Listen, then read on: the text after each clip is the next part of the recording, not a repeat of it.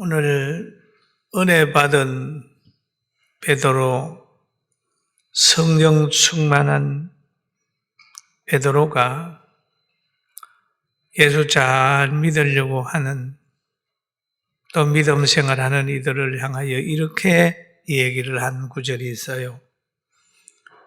너희가 전에는 양같이 길을 잃었더니 이제는 너희 영혼의 목자와 감독 되신 이에게 돌아왔느니라 라는 얘기를 합니다.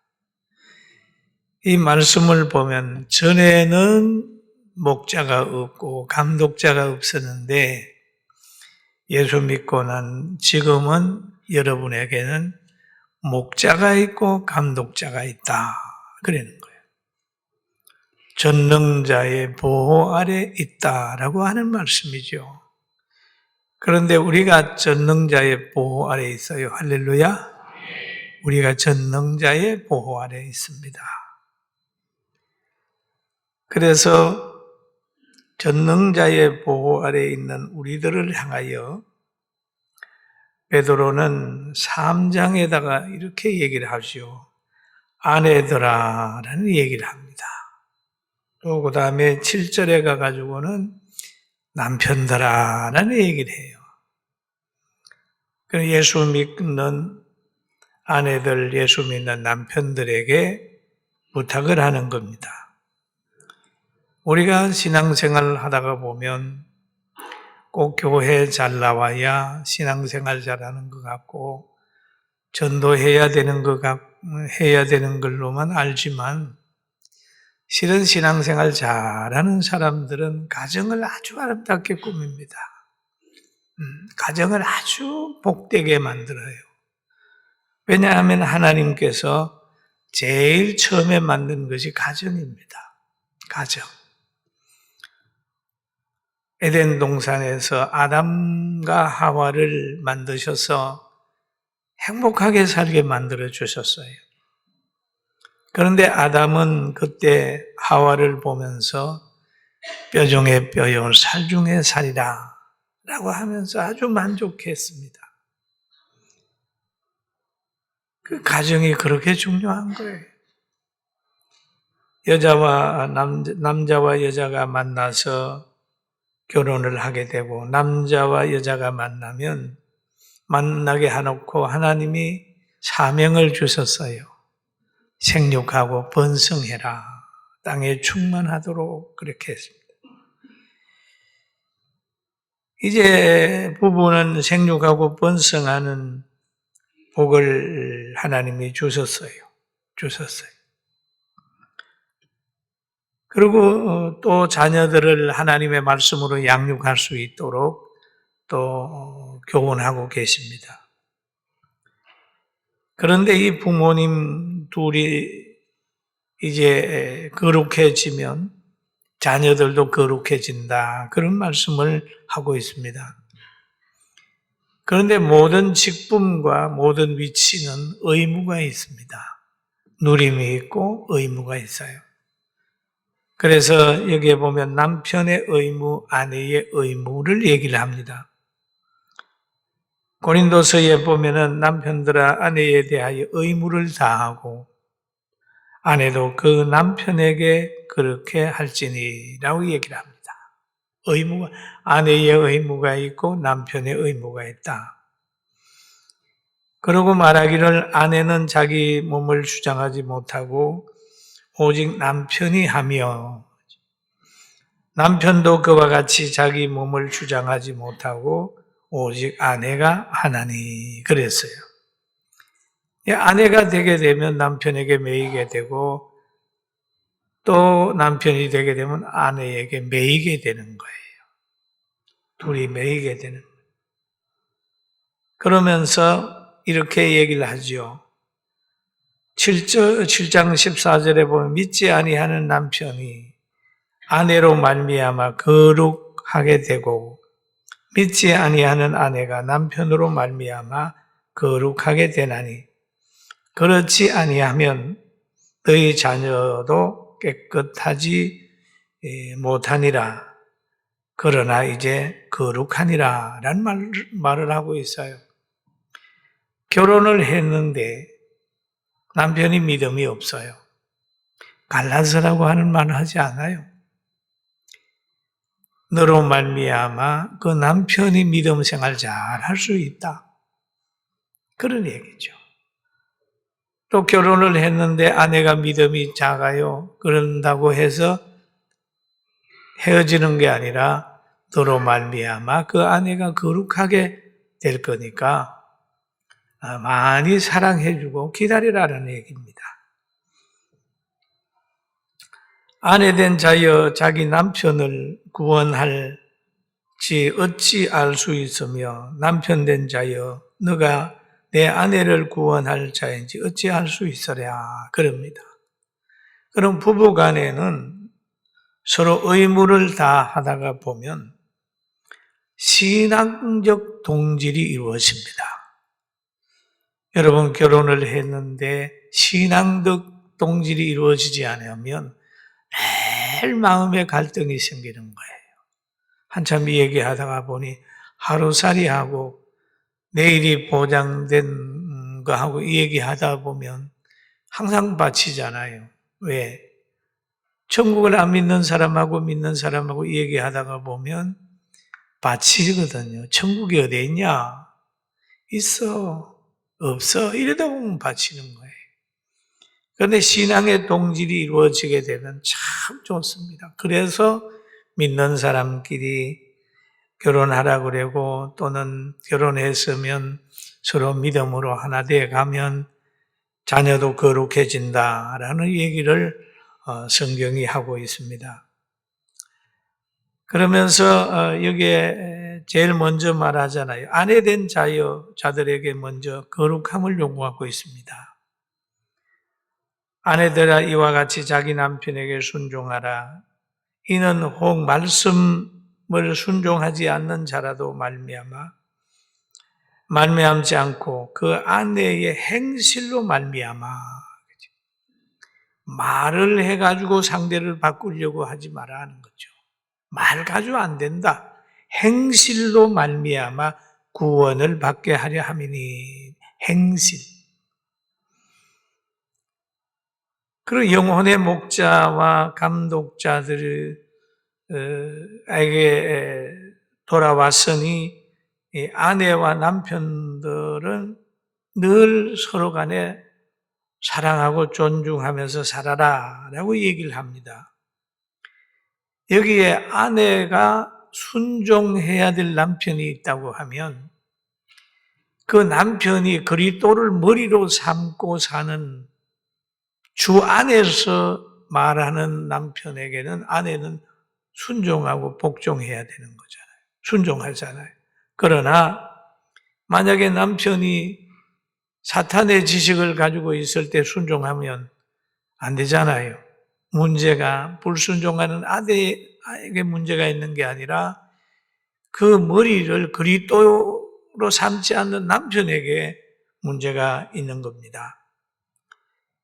여기에 보면 너희 두려워하며 정결한 행실을 봄이라. 늘 아내는 또는 남편은 아내의 정결한 행실을 보게 되면 감동을 받는 거예요.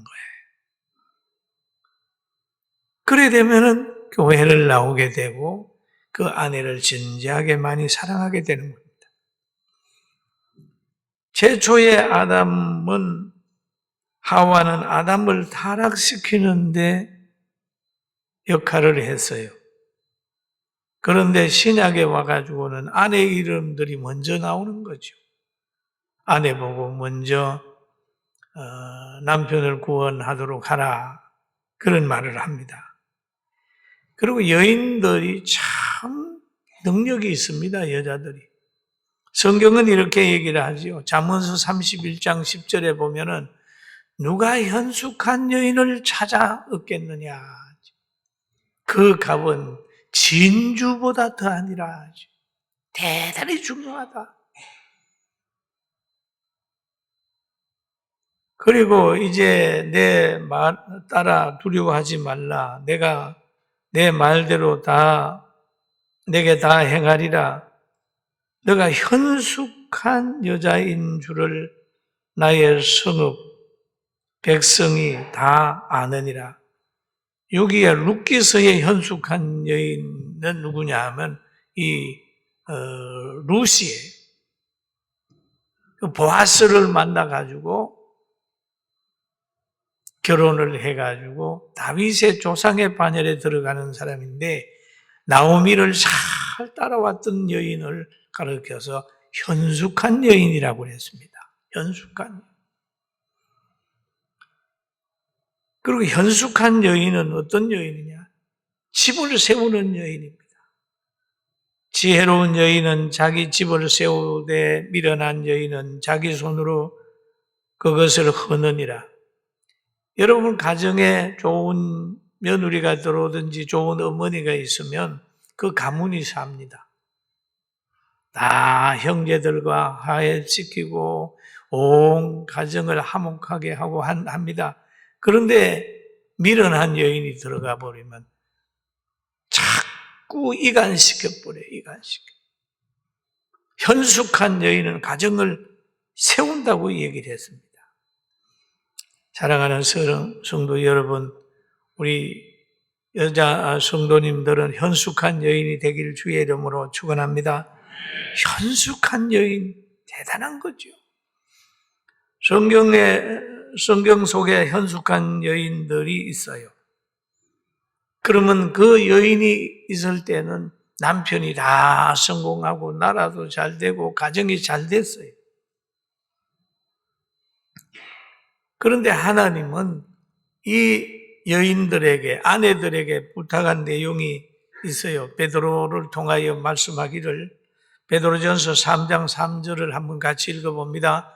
너희의 단장은 머리를 꾸미고 금을 차고 아름다운 옷을 입고 외모로 하지 말고, 그러잖아요. 언제든지 머리를 단장하고 금을 차고 아름다운 옷을 입고 늘 외모로 하는 습관이 있단 말이에요. 세상 사람들은 그러잖아요. 그런데 하나님이 요구하는 것은 이런 거예요. 오직 마음에 숨은 사람을 온유하고, 마음에 숨은 사람을 온유하고 안정된 심령의 썩지 아니할 것으로 하라. 이는 하나님 앞에 값진 것이라. 외모 꾸미는 것보다 더 중요한 것은 온유한 마음을 가져라. 안정된 심령을 가져라. 그렇게 얘기를 하죠. 그 마음 속에 숨은 사람, 온유하고 안정된 심령을 가지고 심령천국을 이루고 진리를 담는 그런 마음을 가져라. 그랬는데 베드로는 숨은 마음의 사람이라고 표현을 했어요. 우리 구원받은 영혼 마음을 그렇게 표현했는데 바로 바울 사도는 어떻게 표현했냐 하면 속사람이라고 표현을 해요. 속사람. 속사람. 겉사람, 속사람. 그러면 구원받은 영혼을 가져서 속사람이라고 얘기를 하잖아요. 복음으로 무장되고 성령으로 무장되고 늘 양심이 잘 작동하는 속사람으로 무장하라는 거죠. 그리고 또 오늘 본문에 보니까 전에 하나님께 소망을 두었던 거룩한 부녀들도 라고 얘기를 하죠. 거룩한 부녀들도 이와 같이 자기 남편에게 순종함으로 자기를 단장하였나니라는 얘기를 합니다. 그 하나님께 소망을 둔 거룩한 부녀, 남편에게 순종하고 함으로 자기를 단정했다. 그러면서 아브라함의 아내 사라를 이제 예화를 들고 있어요. 베드로가. 베드로전서 3장 6절에 보니까 사라가 아브라함을 주라 칭하여 순종한 것 같이 너희는 선을 행하고 아무 두려운 일이나 놀라지 아니하면 그의 딸이 된 것이니라. 그렇게 하죠. 그럼 이 사라가 뭘 잘해서 이렇게 신약에 정말 하나님께 소망을 둔 거룩한 여인으로 소개됐을까요? 그 아브라함에게 하나님이 창세기 12장에 보면은 믿음의 조상 삼기 위해서 하나님이 아브라함을 불렀어요. 여호와께서 아브라함에게 이르시되 너는 너의 고향 친척 아비 집을 떠나 내가 내게 보여줄 땅으로 가라. 이렇게. 그리고 또 내가 너로 큰 민족을 이루고 내게 복을 주어 내 이름을 장대케 하리니 너는 복의 권이 될지라. 너를 축복하는 자에게 내가 복을 내리고 너를 저주하는 자에게 내가 저주하리니 땅의 모든 족속이 너로 말미암아 복을 받을 것이라. 이 얘기를 했단 말이에요. 그럼 아브라함이 본토 친척 아비 집을 떠나야 되거든요. 그런데 사라가 난 못 떠나. 고향이 좋아. 발목 잡지 않았습니다. 아브라함이 하나님의 음성을 듣고 갈 때 순순히 따라갔어요. 그러면 오늘 본문의 1절에서 6절까지는 아내들에게 하신 말씀이에요. 아내들에게. 그런데 7절 한 절에 보면은 남편들에게 한 말씀이 있습니다. 그리고 우리 모두는 아버지와 어머니는 부부에게서 태어났잖아요. 자녀 없는 사람은 혹 있을 수 있으나 부모 없는 사람은 아무도 없습니다. 아무도 없습니다. 성령의 감동을 받은 베드로는 그 아내에게도 말하고 또 남편들에게도 말하는 거예요. 이 교훈이 바로 가장 중요한 교훈입니다. 여러분 시계를 관리할 때 시계를 만든 사람이 시계를 관리하는 방법을 가르쳐주면 그대로 하면 되잖아요. 차도 마찬가지잖아요.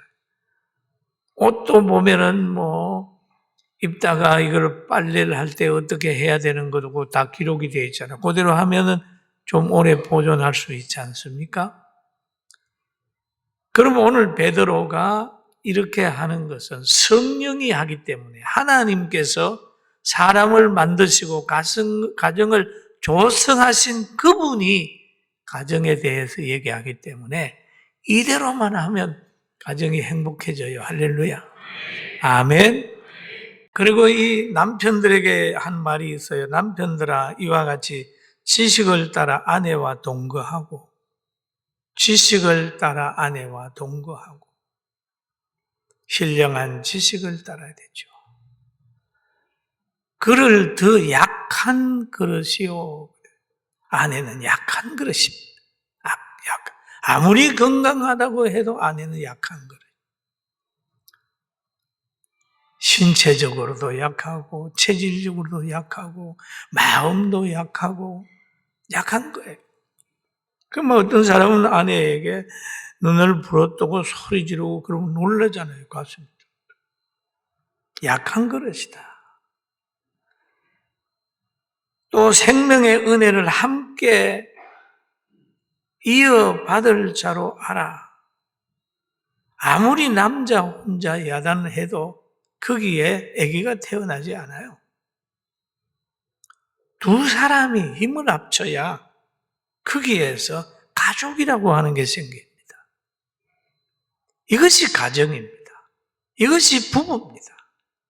아무리 친구하고 친해도 자녀 안 태어납니다. 이 생육하고 번성하는 곳은 가정입니다. 샘의 우물에서 물이 나오듯 사과나무에서 사과가 달리듯 가정이라고 하는 곳에서 거기에서 생명이 태어나는 거예요. 그래서 부부가 위대한 거예요. 하나님이 아끼는 겁니다. 생명의 은혜를 함께 이어받을 자가 됩니다. 그러면서 하는 말이 귀히 여겨라. 한번 따라 귀히 여겨라. 아내를 귀하게 여겨라. 귀하게 여겨라. 아내에게 함부로 대하지 마라. 귀하게 여겨라. 왜 그럴까요? 하나님의 명령입니다. 아내를 귀하게 여기는 게 하나님의 명령인데 아내를 귀하게 여기지 아니하면 기도가 안 된다는 거예요. 여기 보면 기도가 막히지 아니하게 하라. 너희 기도가 막히지 아니하게 하라. 아내는 그 정도 소중한 거예요. 부부는 한 몸이고 이웃 사랑의 관문이고 시작인 거죠. 그러면서 에베소서 보면은 그런 말이에요. 남편들아 아내 사랑하기를. 같이 읽어볼까요? 남편들아 아내 사랑하기를. 그리스도께서 교회를 사랑하시고 교회를 위하여 자신을 주심같이 얼마나 귀해요. 남편들이 먼저 사랑해요. 교회가 먼저 태어난 게 아니고 예수님의 헌신으로 태어난 거예요. 남편들아 아내를 사랑하기를 그리스도께서 교회를 사랑하시고 교회를 위하여 자신을 주심같이 하라. 이와 같이 남편들도 자기 아내를 사랑하기를 자기 자신같이 할지니 아내는 사랑하는 자는 자기를 사랑하는 것이요. 그러나 너희도 각각 자기 아내 사랑하기를 자기같이 하고 아내도 자기 남편을 존경하라. 존경하라. 여러분, 아내는 여자는 사랑하는 사람을 위하여 생명을 바치고 남편은 믿어주고 존경받을 때 그 남편은 가정에서 사명을 다하고 어디에 가가지고 한다는 거예요. 여러분 이런 관계가 가정에서 꼭 이루어지고 교회에서도 이루어지게 되길 주의 이름으로 축원합니다. 이 설교를 준비하다 생각나는 찬송이 있어요. 신랑 되신 예수께서 다시 오실 때 밝은 등불 들고 나갈 준비 됐느냐? 그날 밤에 주님 맞을 등불이 준비됐느냐? 이 생각이 여러분 신령한 가정, 교회는 예수님을 기다려. 여러분의 가정에도 부부간에 이런 예수님과 성도의 사랑이 이루어져서 오늘부터 더 행복하게 되기를 주의 이름으로 축원합니다. 아멘. 사랑받아야 존중해요. 존경해야 사랑한다고요. 이 관계를 한번 회복을 해봐요. 그리고 잠언서 17장 1절을 우리 같이 한번 봅니다. 마른 떡 한 조각만 있고도 화목하는 것, 제욕이 집에 가득하고 다투는 것보다 나으니라. 오늘 무엇 때문에든지 다툼이 있다면 오늘 끝내요. 마른 떡 한 조각만 있고도 화목하는 것이 제욕이 집에 가득하고 다투는 것보다 낫다는 거죠. 돈 때문에 다투고 뭐 때문에 다툰 사람이 있으면 그 모든 걸 다 잊어버린다 할지라도 가장 중요한 화목을 가지고 복음 전하고 행복하게 살고 우리의 종착역은 천국이니까 나이가 들어가면서도 불안해하는 게 아니라 성경을 보면서 신령한 마음을 가지고 주님을 기다리는 복받은 우리 모두 되기를 주의 이름으로 축원합니다.